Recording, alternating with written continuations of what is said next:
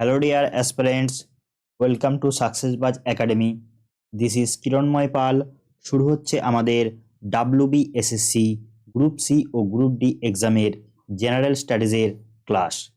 গুরুত্বপূর্ণ প্রশ্নোত্তরের এই ক্লাসগুলিতে আমরা আপকামিং WBSSC গ্রুপ সি ও গ্রুপ ডি এছাড়াও কেপি মেন্স এবং আপকামিং বিভিন্ন ওয়ান ডে এক্সামের সহযোগী মোস্ট ইম্পর্টেন্ট প্রশ্নোত্তরগুলি নিয়ে আলোচনা করে থাকি।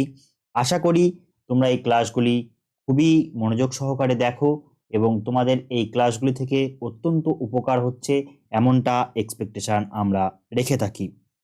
তাই অবশ্যই ক্লাসগুলিতে একটি লাইক করে ক্লাসগুলি নিজের বন্ধুদের মাঝখানে শেয়ার করে দেবে এবং চ্যানেলে নতুন হলে চ্যানেলটিকে অবশ্যই সাবস্ক্রাইব করে নেবে, তাকি যে কোনো নতুন ক্লাসের নোটিফিকেশান তোমাদের কাছে সবার আগে এসে পৌঁছে যায়। চলো আর বেশি দেরি না করে আজকের ক্লাস শুরু করা যাক। আজকে আমাদের প্রথম প্রশ্ন আছে, কোন মৌলটি তরল অবস্থায় বিদ্যমান থাকে? দেখো, তরল অবস্থায় বিদ্যমান মৌল বলতে আমরা প্রথমেই পারদের কথা চিন্তা করে থাকি, কিন্তু যদি কখনো অপশনে পারদ না থাকে তাহলে আমরা উত্তর কোনটা করব? তাহলে আমরা তোমরা স্ক্রিনে যে সমস্ত মৌলগুলি দেখতে পাচ্ছ এগুলির মধ্যে যেটি থাকবে অপশনে সেটিই তোমরা অ্যান্সার করতে পারো। তবে এক্ষেত্রে যেটি অ্যান্সার হবে সেটি হলো ব্রোমিন, অর্থাৎ ব্রোমিন এই মৌলটিও কিন্তু তরল অবস্থায় বিদ্যমান থাকে। পরবর্তী প্রশ্নে যাওয়া যাক। মানবদেহে ক্যালসিয়াম সবচেয়ে বেশি কোথায় থাকে? তোমরা হয়তো অনেকেই শুনেছো যে হাড়ের ক্যালসিয়ামের কথা, দাঁতের ক্যালসিয়ামের কথা। সুতরাং আমরা যে জিনিসটা বারবার শুনে থাকি আমাদের মনে জেনারেল স্টাডিজ বা জেনারেল নলেজের ক্ষেত্রে সেই জিনিসটা গেঁথে যাওয়া দরকার। তো সিমিলারলি এখানেও সঠিক উত্তর হয়ে যাবে দাঁত ও অস্থি, অর্থাৎ আমাদের দাঁত এবং হাড় এই দুটো জায়গায় কিন্তু মানবদেহে সবচেয়ে বেশি ক্যালসিয়াম পাওয়া যায়। পরবর্তী প্রশ্নে যাওয়া যাক। কোন রশ্মি জীবাণুনাশক হিসাবে ব্যবহৃত হয়? জীবাণুনাশক বা যেটা দিয়ে আমরা বিভিন্ন পরিশোধনের কাজে বিভিন্ন খাদ্য প্রক্রিয়াকরণ শিল্প এমনকি বিভিন্ন জলের যে পরিশোধন সেটাতে কিন্তু আমরা ইউজ করতে পারি যে রশ্মিটি, সেই রশ্মিটি কি? সেটি হলো আলট্রাভায়োলেট রশ্মি। এই আলট্রাভায়োলেট রশ্মি কিন্তু জীবাণুনাশক হিসাবে ব্যবহৃত হয় কমার্শিয়াল পারপাস হিসাবে, এবং খাদ্য প্রক্রিয়াকরণ শিল্প এছাড়াও যে ওয়াটার পিউরিফিকেশন হয় সেখানেও কিন্তু ইউভি রে বা আলট্রাভায়োলেট রশ্মি কিন্তু ব্যবহার করা হয়ে থাকে। পরবর্তী প্রশ্নে যাওয়া যাক। মানুষের স্বাভাবিক হৃদস্পন্দন কত? মানুষের যে স্বাভাবিক হৃদস্পন্দন আছে, অর্থাৎ মানুষের হার্ট যে 1 মিনিটে যে কতবার বিট করছে সেটার যে হার, সেই হারটা কত? সেই হারটা হলো অ্যাকচুয়ালি 65 থেকে 85। ঠিক আছে, 65 থেকে 85 এখানে প্রতি মিনিটে সঠিক উত্তর হয়ে যাচ্ছে।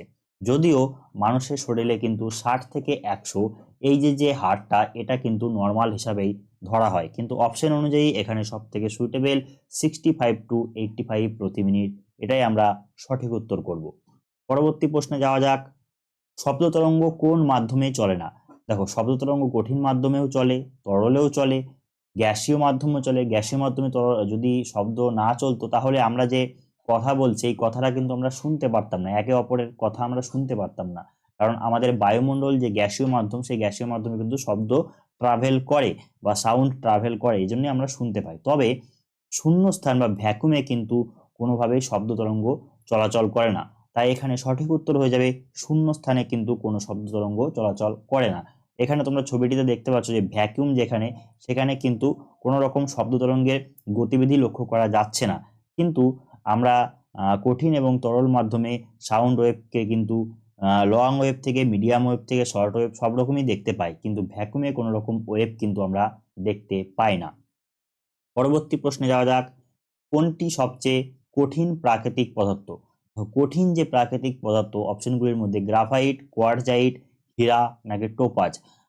সব থেকে কঠিন পদার্থ বললে প্রকৃতিতে সেটি কিন্তু অবশ্যই হবে হীরা বা ডায়মন্ড। এই যে ডায়মন্ড দেখতে পাচ্ছ, এই ডায়মন্ড কিন্তু প্রকৃতিতে সবচেয়ে কঠিন পদার্থ বা সবচেয়ে হার্ড মেটেরিয়াল বলতে পারো। পরবর্তী প্রশ্নে যাওয়া যাক। মানবদেহে ইনসুলিন তৈরি হয় কোথায়? ইনসুলিন একটি খুবই গুরুত্বপূর্ণ হরমোন আমাদের, যেটি কিন্তু আমাদের ডায়াবেটিস কন্ট্রোলে বা সুগার কন্ট্রোলে আমাদের খুবই গুরুত্বপূর্ণ ভূমিকা পালন করে। এটি কোথা থেকে ক্ষরিত হয়? এটি ক্ষরিত হয় কিন্তু অগ্নাশয় থেকে। অগ্নাশয় থেকে কিন্তু আমাদের ইনসুলিন ক্ষরিত হয়ে থাকে। ইনসুলিন কি তাহলে? ইনসুলিন হলো অগ্নাশয় থেকে উৎপাদিত এমন একটি হরমোন যা বিটা কোষ নামে বিশেষ এক ধরনের কোষ থেকে তৈরি হয়।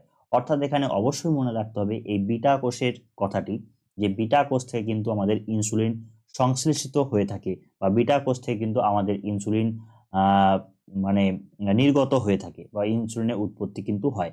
ঠিক আছে, কোষে গ্লুকোজ স্থানান্তরের জন্য ইনসুলিনের প্রয়োজন হয়। কোষের ভিতরে যে গ্লুকোজ সংরক্ষণ করে সেই গ্লুকোজটা কিন্তু আমাদের পরবর্তীতে শক্তি রূপে ব্যবহৃত হয়ে থাকে।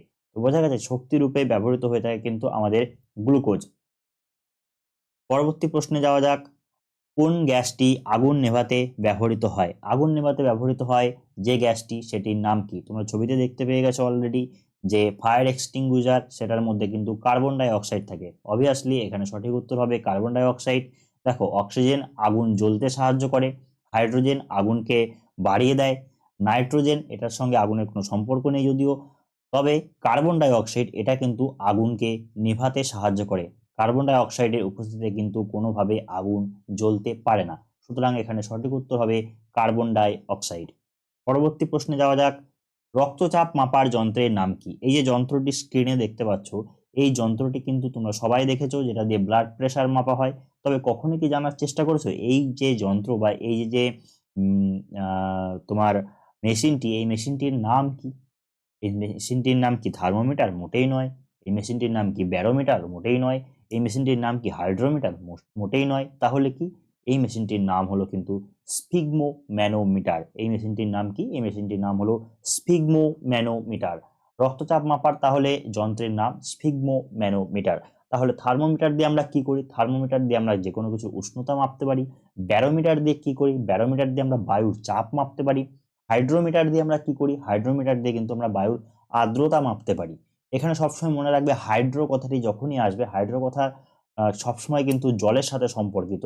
তাই জল জাতীয় কিছু মাপা হচ্ছে বা জল জাতীয় কোনো কিছুর সঙ্গে এই হাইড্রো কথাটি কিন্তু অলওয়েজ লিঙ্ক থাকে। এটা মাথায় রাখার চেষ্টা করবে। পরবর্তী প্রশ্নে যাই।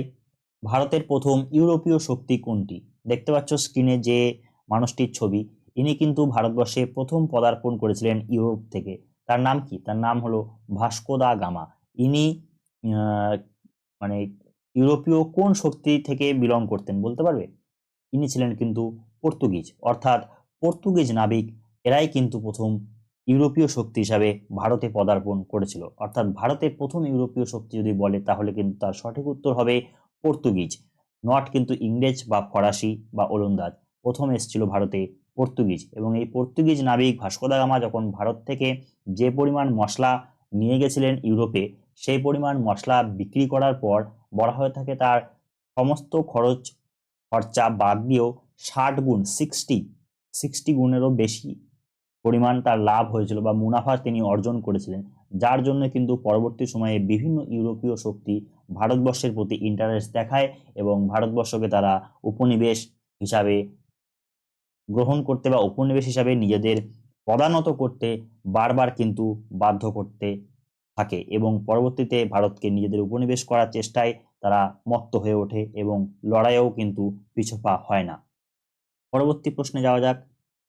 আলীনগরের সন্ধি, এই আলীনগরের সন্ধি কাদের মধ্যে স্বাক্ষরিত হয়েছিল? তোমরা ছবিটি দেখতে পাচ্ছ, এই ছবিটি হচ্ছে আলীনগরের সন্ধির সময়কালের একটা কাল্পনিক চিত্র, যেটা পরবর্তীতে তৈলচিত্রের মাধ্যমে অঙ্কন করা হয়েছিল। তো এই আলীনগরের সন্ধি এটা কাদের মধ্যে স্বাক্ষরিত হয়েছিল? এটা স্বাক্ষরিত হয়েছিল ইংরেজ এবং নবাব। ইংরেজদের পক্ষ থেকে কে ছিলেন? Robert Clive obviously. এবং নবাবের পক্ষ মানে অর্থাৎ সিরাজ উদ দৌলা, যিনি বাংলার শেষ স্বাধীন নবাব ছিলেন, তিনি কিন্তু এই সন্ধি স্বাক্ষর করেছিলেন। পরবর্তী প্রশ্নে যাওয়া যাক। পরবর্তী আমাদের ধুরন্ধর ব্যাচ কিন্তু একদম দমদমিয়ে চলছে। প্রচণ্ড পরিমাণে প্র্যাকটিস সেট এখানে দেওয়া হচ্ছে, প্রচণ্ড পরিমাণে কিন্তু হার্ডওয়ার্ক এবং স্মার্ট ওয়ার্ক বোথ এখানে করানো হচ্ছে। এবং সব থেকে বড় বিষয়, যে যেরকম ধরনের এক্সামের প্রিপারেশান নিতে চায় তাকে সেই অনুযায়ী গাইড করে তার সাকসেসের দিকে আরও এক ধাপ এগিয়ে দেওয়াই এই ব্যাচের মূল লক্ষ্য। এখানে ক্লাস নিচ্ছেন অত্যন্ত এক্সপিরিয়েন্স টিচাররা, যারা অনেকেই ডাব্লিউবিসিএস অ্যাসপিরেন্ট ছিলেন, অনেকেই রেলওয়ে এনটিপিসি এবং বিভিন্ন সেন্ট্রাল এক্সাম ক্র্যাক করে রেখেছে, এবং সে সাথে অনেকে ব্যাংকিংয়ের এক্সামের যে প্রিভিয়াস এক্সপিরিয়েন্স সেগুলোও কিন্তু তোমাদের সঙ্গে শেয়ার করে নিচ্ছে। সাথে আমাদের সামনে ডাব্লিউপির যে ইন্টারভিউ চলছে, সেই ইন্টারভিউরও আমাদের পার্টিকুলার ব্যাচ রয়েছে, সেটাতেও যদি তোমরা ভর্তি হতে চাও বা গাইডলাইন নিতে চাও তাহলে কিন্তু আমাদের সঙ্গে অবভিয়াসলি যোগাযোগ করতে পারো। আমাদের নিচে যে স্ক্রিনে দেওয়া নাম্বারগুলি রয়েছে এই নাম্বারগুলির মধ্যে যে কোনো একটিতে তোমরা কল করে কিন্তু এই ব্যাচে এনরোলমেন্ট নিয়ে নিতে পারো। পরবর্তী প্রশ্ন আমাদের, ভারতের প্রথম রেলপথ চালু হয় কবে? ভারতের প্রথম রেলপথ, যেটা তোমরা স্ক্রিনে দেখতে পাচ্ছ ছবিতে, এরকমভাবেই কিন্তু প্রথম রেলপথের যাত্রা শুরু হয়েছিল, যেটা বাষ্পচালিত ইঞ্জিন এবং এরকমভাবে রক্ষণাবেক্ষণের জন্য দুজন ব্যক্তিকে থাকতে হতো, যারা ইঞ্জিনের রক্ষণাবেক্ষণ করতে করতে নিয়ে চলতো। এবং যদিও এই ইঞ্জিন অত্যন্ত ধীর গতিরই ছিল, তবে এই যে প্রথম রেলপথ, যেটা ঐতিহাসিক রেলপথ হিসাবে আমরা জানি, যেটা বোম্বাই থেকে থানে পর্যন্ত প্রথম চালু হয়, তার সালটা হলো 1853। সালটা কিন্তু বারবার গুলিয়ে যায়, 53 নাকি 57 নাকি 54, বারবার কিন্তু এরকম তোমাদের ক্লোজ ভাবে অপশনগুলো দেওয়া হয়। তবে অবশ্যই মনে রাখবে 1853 সালে বোম্বে থেকে থানে প্রথম কিন্তু ভারতে রেল যোগাযোগ স্থাপিত হয়। পরবর্তী প্রশ্নে যাওয়া যাক, স্বদেশী আন্দোলনের সূচনা হয় কোন সালে? স্বদেশী আন্দোলন, যেটা মহাত্মা গান্ধীর নেতৃত্বে হওয়া একটি বৃহৎ আন্দোলন, যার কিন্তু চরম প্রভাব ভারতবর্ষে ইংরেজ শাসনের সময়কালে ইংরেজদের বিরুদ্ধে এবং স্বদেশী পণ্য তোমার বুস্ট করাতে বা স্বদেশী পণ্যর তোমার যে মার্কেট, সেই মার্কেটকে আরো বেশি চাঙ্গা করাতে বিশেষ ভূমিকা পালন করেছিল। যেটাতে বলা হতো কি, যে বিদেশি পণ্য বর্জন করো এবং বিদেশি ইকোনমিকে ধ্বস্ত করে দাও, এবং সেই সাথে স্বদেশী যে সমস্ত আমাদের পণ্য সেগুলোকে আরো বেশি করে ইউটিলাইজ করো, আরো বেশি করে ইউজ করো, যাতে স্বদেশী আমাদের যে ইকোনমি সেটা কিন্তু আরো এক ধাপ বুস্ট হয়। এই আন্দোলনের সূচনা কোন সালে হয়েছিল বলতে পারবে? এই আন্দোলনের সূচনা হয় কিন্তু 1905 সালে। বিশেষ করে বঙ্গভঙ্গের যে প্রাক্কাল, সেই বঙ্গভঙ্গের প্রাক্কালে কিন্তু বঙ্গভঙ্গের এক প্রকার বিরোধিতার মাধ্যম হিসাবেই এই স্বদেশী আন্দোলন, পিকেটিং ইত্যাদি কিন্তু শুরু হয়েছিল। ঠিক আছে, পরবর্তী প্রশ্নে যাওয়া যায়। হিন্দু কলেজ প্রতিষ্ঠা কে করেন? এই হিন্দু কলেজ, যা বর্তমানে প্রেসিডেন্সি ইউনিভার্সিটি নামে পরিচিত, এই প্রেসিডেন্সি ইউনিভার্সিটি বা পূর্বতন হিন্দু কলেজ, এর প্রতিষ্ঠাতা কে ছিলেন? এর প্রতিষ্ঠাতা ছিলেন, স্ক্রিনে দেখতে পাচ্ছ, বিখ্যাত মহান মনীষী রাজা রামমোহন রায়। ইনি কিন্তু হিন্দু কলেজ বা বর্তমান প্রেসিডেন্সি ইউনিভার্সিটির প্রতিষ্ঠা করেছিলেন। পরবর্তী প্রশ্নে যাওয়া যাক, ভারতের প্রথম নারী স্নাতক কে? প্রথম নারী স্নাতক, প্রথম নারী যে কোনো ব্যক্তিত্ব, তারা কিন্তু অবভিয়াসলি আমাদের এক্সাম পারপাসে ইম্পর্টেন্ট হয়ে দাঁড়ায় এবং তাদের নাম আমাদের মনে রাখা অত্যন্ত জরুরি। তো ভারতের প্রথম নারী স্নাতক ছিলেন Kadambini Ganguly. Kadambini Ganguly first female graduate in India. ঠিক আছে, তাহলে ফার্স্ট ফিমেল গ্রাজুয়েট ইন ইন্ডিয়ার নাম অবভিয়াসলি কাদম্বিনী গাঙ্গুলি। পরবর্তী প্রশ্নে যাচ্ছি। পরবর্তীতে আমাদের যেটা বলছিলাম একটু আগেই, অগ্নি পরীক্ষা ব্যাচ চলছে, তোমাদের লাস্ট ধাপ, শেষ ধাপ, তোমাদের একজন ওয়ারিয়ারের মতো, একজন যোদ্ধার মতো এই লাস্ট ধাপ, এই অগ্নি পরীক্ষা তোমাদের সফল হতে হবে। এবং এই অগ্নি পরীক্ষায় সফল হওয়ার জন্য তার যে স্ট্র্যাটেজি, তার যে তোমার কনফিডেন্স লেভেল, তার যে এথিক্স, তার যে মাইন্ড ম্যাপ, সেটা কিন্তু আমাদের তৈরি করে দিচ্ছে আমাদের এক্সপিরিয়েন্স টিচাররা, যারা কিন্তু অলরেডি ডাব্লিউবিসিএস লেভেলের অ্যাসপিরেন্ট রয়েছে এবং যাদের মধ্যে অনেকেই কিন্তু 13-14 বছর ধরে টিচিং এক্সপিরিয়েন্স রয়েছে। তো তারা তোমাদের গাইড করছে এবং তাদের হাত ধরে প্রিভিয়াসলি অনেকেই ডাব্লিউবিপি, কেপি এবং সাব ইন্সপেক্টরের মতো এক্সাম ক্র্যাক করেছে। তো সে সমস্ত ব্যক্তিরাই, সে সমস্ত টিচাররাই তোমাদের গাইড করছে। তো অবশ্যই এই ধরনের গাইড তোমরা যদি খুব সহজে অ্যাক্সেস করতে চাও এবং খুব সহজে যাতে তোমার ইন্টারভিউকে আরও এক ধাপ এগিয়ে নিয়ে যেতে চাও, আরও এক ধাপ বুস্ট আপ করতে চাও, তাহলে আজই যোগাযোগ করো নিচে দেওয়া এই স্ক্রিনের নাম্বারগুলিতে, যেগুলির মধ্যে যোগাযোগ করে তুমি কিন্তু এই অগ্নি পরীক্ষা ব্যাচে অ্যাডমিশন করিয়ে নিতে পারো এবং তোমার ইন্টারভিউয়ের সাকসেস তারা তোমার চাকরির প্যানেলে তোমার নামটা কিন্তু একদম স্বর্ণাক্ষরে লিখতে পারো। চলো পরবর্তী প্রশ্নে এগোনো যাক। 1857 বিদ্রোহে কানপুরের নেতৃত্ব কে দেন? 1857 যে মহাবিদ্রোহ বা যে সেফাই বিদ্রোহ, তার বিভিন্ন জায়গায় কিন্তু বিভিন্ন ব্যক্তিবর্গের নেতৃত্বের কথা আমরা জানতে পারি। সেরকমই কানপুরের নেতৃত্ব দিয়েছিলেন এই বিখ্যাত মহান মনীষী, মহান এই নেতা। এনার নাম কি? এনার নাম তাতিয়া টোপে। তাতিয়া টোপে কিন্তু কানপুরের মহাবিদ্রোহের নেতৃত্ব দিয়েছিলেন। সাইমন কমিশনের চেয়ারম্যান কে ছিলেন? সাইমন গো ব্যাক, তোমরা ছবিটি দেখতে পাচ্ছ, যেটা আর যার বিরুদ্ধে কিন্তু প্রচুর প্রতিবাদ হয়েছিল সাইমন কমিশনের বিরুদ্ধে। তো এই সাইমন কমিশনের চেয়ারম্যান ছিলেন জন সাইমন, যার নাম অনুসারেই কিন্তু এই সাইমন কমিশনের নামকরণ করা হয়েছিল। পরবর্তী প্রশ্নে এগোই। পৃথিবীতে বৃহত্তম উপদ্বীপ কোনটি? উপদ্বীপ বলতে কি বুঝি? উপদ্বীপ বলতে অ্যাকচুয়ালি বুঝি যার 3 দিক মোটামুটি জল দ্বারা বেষ্টিত থাকে তাকেই কিন্তু আমরা উপদ্বীপ বলে থাকি। যেমন ভারতীয় উপমহাদেশ বা ভারতীয় উপদ্বীপ বলা হয়ে থাকে, সেরকমই কিন্তু পৃথিবীর বৃহত্তম উপদ্বীপ কোনটি? পৃথিবীর বৃহত্তম উপদ্বীপ হলো আরব উপদ্বীপ বা অ্যারাবিয়ান পেনিনসুলা। ঠিক আছে, অ্যারাবিয়ান পেনিনসুলা বা আরব উপদ্বীপ কিন্তু পৃথিবীর বৃহত্তম উপদ্বীপ। অবশ্যই কিন্তু এটা আমাদের মনে রাখতে হবে। পরবর্তী প্রশ্নে যাই। ভারতের কোন রাজ্যে লিগনাইট কয়লা পাওয়া যায়? তোমরা এখানে দেখতে পাচ্ছ কয়লার একটা শ্রেণীবিভাগ হয়ে থাকে, যেটাকে বলা হয় যে আমাদের কয়লার গুণগত মান অনুযায়ী শ্রেণীবিভাগ। তার মধ্যে প্রথমেই আসে অ্যান্থ্রাসাইট, তারপরে আসে বিটুমিনাস, তারপরে আসে লিগনাইট, তারপরে আসে পিট, যেটা অত্যন্ত নিম্নমানের কয়লা।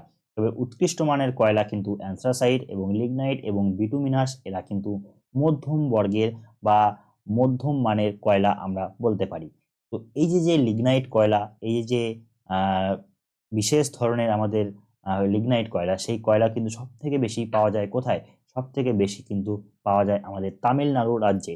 সাউথের এই তামিলনাড়ু রাজ্যেই কিন্তু সাউথের এই তামিলনাড়ু রাজ্যেই কিন্তু সব থেকে বেশি পরিমাণে লিগনাইট কয়লা পাওয়া যায়।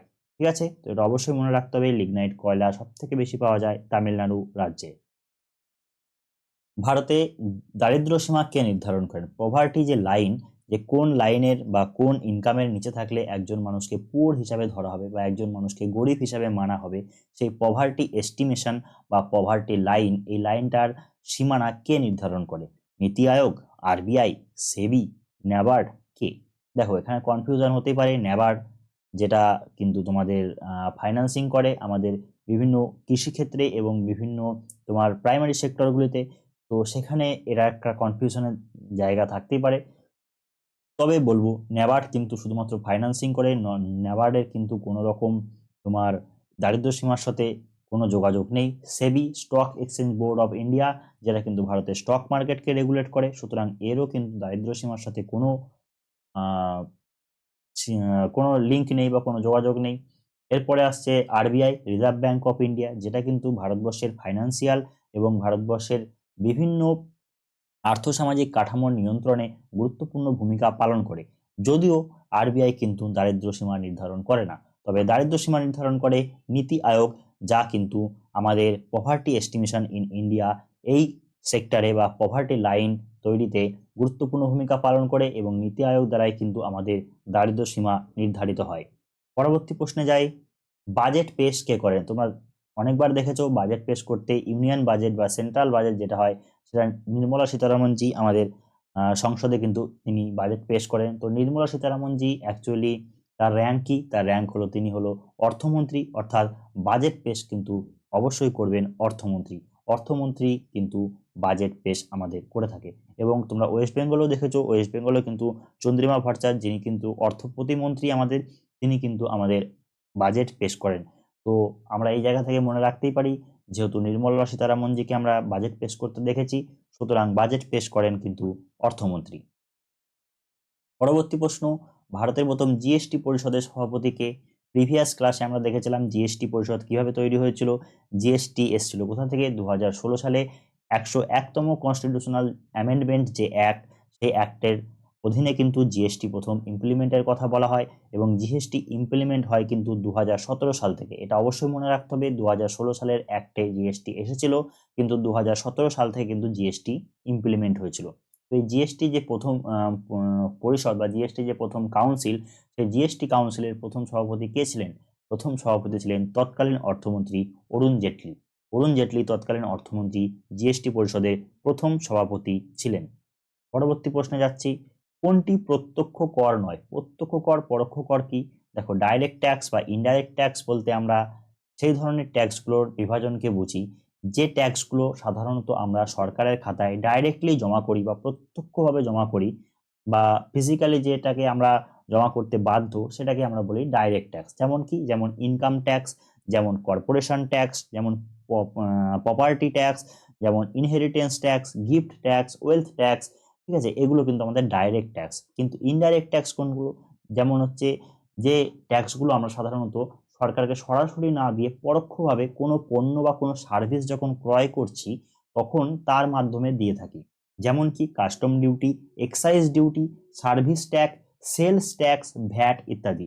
এই সার্ভিস ট্যাক্স বলতে মাথায় আসলো, তোমরা রেস্টুরেন্টে অনেক সময় যখন খেতে গেছো তখন দেখেছো বড় বড় রেস্টুরেন্টে যে জিএসটি বিল বলে, জিএসটি এত পার্সেন্ট, জিএসটি স্টেট জিএসটি এত পার্সেন্ট, সেন্ট্রাল জিএসটি এত টাকা স্টেট জিএসটির আন্ডারে যাচ্ছে, এত টাকা সেন্ট্রাল জিএসটির আন্ডারে যাচ্ছে। অর্থাৎ এই যে সার্ভিস, রেস্টুরেন্ট মানে কি, সেখানে তোমাকে সার্ভিস দেওয়া হচ্ছে, সেখানে তোমাকে ফুড পরিবেশন করা হচ্ছে। এই যে ফুড সার্ভিস, সেই ফুড সার্ভিসের কিন্তু ট্যাক্স হচ্ছে জিএসটি। অর্থাৎ এই জিএসটি কিন্তু তুমি সরকারকে ডাইরেক্ট দিচ্ছ না, ওই রেস্টুরেন্ট মালিকের ভায়া হয়ে তুমি তাকে দিচ্ছ, একে কিন্তু বলা হচ্ছে ইনডাইরেক্ট ট্যাক্স। সেরকমই কাস্টম ডিউটি, সেরকমই এক্সাইজ ডিউটি, সেরকমই সেলস ট্যাক্স এবং সেরকমই ভ্যাট, এগুলো কিন্তু তোমার ইনডাইরেক্ট ট্যাক্স, অর্থাৎ এগুলো ভায়া হয়ে যাচ্ছে, এগুলো হচ্ছে ইনডাইরেক্ট ট্যাক্স। তবে ডাইরেক্ট ট্যাক্স বলতে আমরা অবশ্যই বুঝি যেগুলো ডাইরেক্টলি আমরা সরকারের খাতায় জমা করছি, যেমন ইনকাম ট্যাক্স, যে আমরা অর্থ আমরা আয় করে থাকি, সেই আয়ের উপরে যে কর আমরা দিই, অর্থাৎ যেটা আয়কর, সে আয়কর কিন্তু আমাদের সঠিক উত্তর হবে, যেটি হলো আমাদের প্রত্যক্ষ কর। বাকি ভ্যাট, কাস্টম, জিএসটি এগুলো সবই পরোক্ষ কর। পরবর্তী প্রশ্নে যাই। ভারতের জাতীয় জলজ প্রাণী, এই সুন্দর কিউট ডলফিনটা তোমরা দেখতে পাচ্ছ, এটা কিন্তু আমাদের জাতীয় জলজ প্রাণী, যার নাম গাঙ্গেয় ডলফিন। অনেক জায়গায় তোমরা বাংলায় অপশন হিসেবে শুশুক দেখতে পারো, এর কিন্তু চলতি বাংলা নাম শুশুক। শুশুক যে চলতি বাংলা নাম, এটা কিন্তু খুবই গুরুত্বপূর্ণ। এই শুশুক নামটা তোমরা অবশ্যই মাথায় রাখবে গাঙ্গেয় ডলফিনের সাথে। তো ভারতের জাতীয় জলজ প্রাণী গাঙ্গেয় ডলফিন বা শুশুক, মনে থাকবে, জাতীয় জলজ প্রাণী গাঙ্গেয় ডলফিন বা শুশুক। তো এই গাঙ্গেয় ডলফিন বলতে একটা কথা মাথায় আসলো, গাঙ্গেয় ডলফিন কিন্তু গঙ্গারই একটি উপনদী চম্বল, এই চম্বলে কিন্তু গাঙ্গেয় ডলফিনের প্রাধান্য প্রচন্ড পরিমাণে দেখা যায়, এবং চম্বলে কিন্তু গাঙ্গেয় ডলফিনের জন্য চম্বলকে একটা বিশেষ প্রোটেকশনও দেওয়া হয়ে থাকে, যে চম্বলে গাঙ্গেয় ডলফিন যাতে আমরা সুরক্ষা দিতে পারি গাঙ্গেয় ডলফিনকে, এবং গাঙ্গেয় ডলফিন যাতে কোনোভাবে বিপন্ন না হয়ে পড়ে তার জন্য কিন্তু চম্বল নদীতে তাদেরকে সিকিউরিটি ব্যবস্থা করা হয়। তারপরে আমাদের প্রিভিয়াস ক্লাসের হোমওয়ার্কের অ্যান্সার ছিল যে ডাব্লিউএইচও বা ওয়ার্ল্ড হেলথ অর্গানাইজেশন এর সদর দপ্তর কোথায়, তাই না? এই সদর দপ্তর কোথায় তোমরা অনেকেই অ্যান্সার করেছো, অনেকেই সঠিক অ্যান্সার করেছো। তো ডাব্লিউএইচও সদর দপ্তর কিন্তু সুইজারল্যান্ডের জেনেভাতে। এই যে হেডকোয়ার্টারটি তোমরা দেখতে পাচ্ছ, এই জেনেভা সুইজারল্যান্ড, এটি কিন্তু ডাব্লিউএইচওর সদর দপ্তর। পরবর্তী কালকের জন্য হোমওয়ার্ক থাকবে, কোন দিনটি জাতীয় বিজ্ঞান দিবস, সরি কালকের জন্য বললাম কেন, আজকের জন্যই, আজকের ক্লাসের জন্যই হোমওয়ার্ক থাকবে, যেটা আমরা কালকের ক্লাসে আলোচনা করে দেবো। পরবর্তী ক্লাসে আমরা যেটা আলোচনা করে দেবো যে এর সঠিক উত্তর কি। সেই হোমওয়ার্কের কোশ্চেনটি কি, কোন দিনটি জাতীয় বিজ্ঞান দিবস, 26শে জানুয়ারি, 28শে ফেব্রুয়ারি, 5ই জুন নাকি 15ই আগস্ট? অবশ্যই অবশ্যই কমেন্ট করে জানাবে, তোমাদের কমেন্টের অপেক্ষা আমরা অবশ্যই করব। তো চলো আজকের ক্লাসটি এখানেই শেষ করছি। ক্লাস কেমন লাগলো অবশ্যই কমেন্ট করে জানাবে। নেক্সট ক্লাসে তোমাদের সাথে দেখা হচ্ছে আরও একটি নতুন পর্ব নিয়ে। ততক্ষণ ভালো থাকবে, সুস্থ থাকবে, আর জমি প্রিপারেশন করবে। টেক কেয়ার, জয় হিন্দ।